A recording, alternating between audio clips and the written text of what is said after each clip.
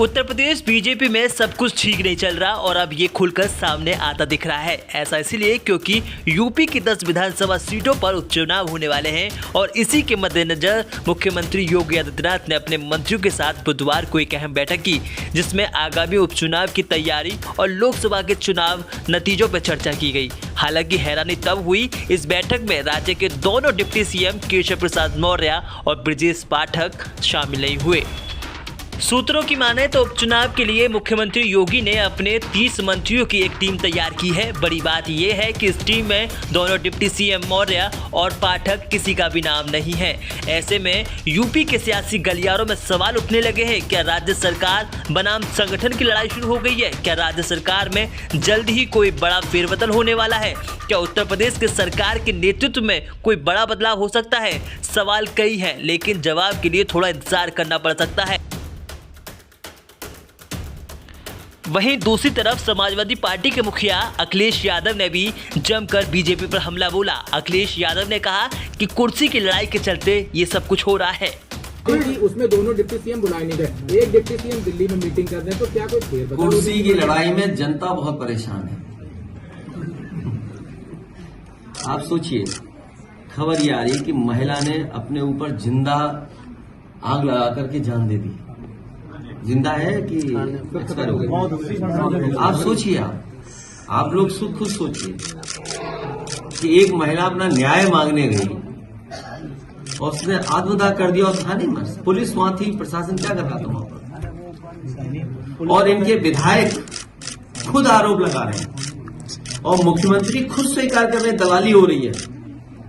तो सवाल ये, जनता ये भी तो सुनना चाहेगी या जानना चाहेगी कि अगर मुख्यमंत्री महसूस कर रहे हैं कि दलाली हो रही है, तो जो दलाली कर रहे हैं उन पर कार्रवाई क्या करना है? जिस विभाग के बारे में वो आरोप लगा रहे हैं, वो विभाग तो सबसे करीब है उनके।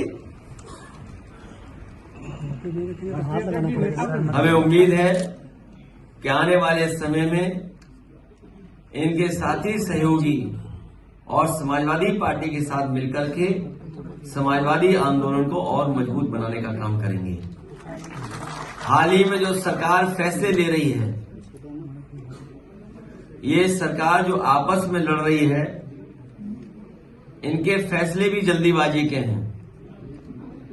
जहां शिक्षकों को परेशान करने के लिए जो सरकार ने फैसला लिया कि ऑनलाइन डिजिटल अटेंडेंस ली जाएगी, समाजवादी पार्टी ने उसका विरोध भी किया।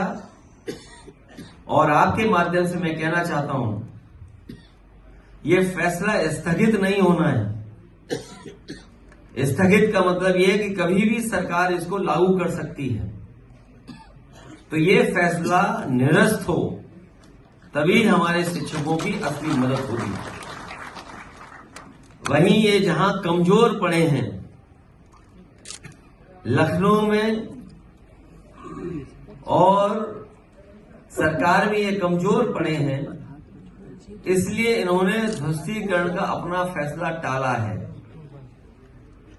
ये फैसला ही टाला है। ये फैसला हमेशा हमेशा के लिए खत्म नहीं हुआ है। इसलिए शिक्षकों के लिए जो ऑनलाइन डिजिटल अटेंडेंस थी, वो स्थगित नहीं, निरस्त हो।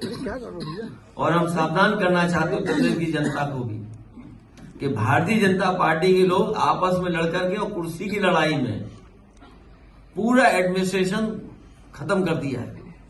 जहां इन्हीं के विधायक, इन्हीं के लोग आरोप लगा रहे हैं कि भ्रष्टाचार चल रहा है। हम लोगों ने अखबारों में पढ़ा है कि मुख्यमंत्री खुद स्वीकार कर रहे हैं कि बड़े पैमाने पर दलाली चल रही है। जिस प्रदेश के मुख्यमंत्री खुद स्वीकार कर रहे हो कि दलाली हो रही हो और अखबारों में बड़ा बड़ा लिखा हो कि दलाली हो रही है, तो जनता जानती होगी कितनी दलाली हो रही है।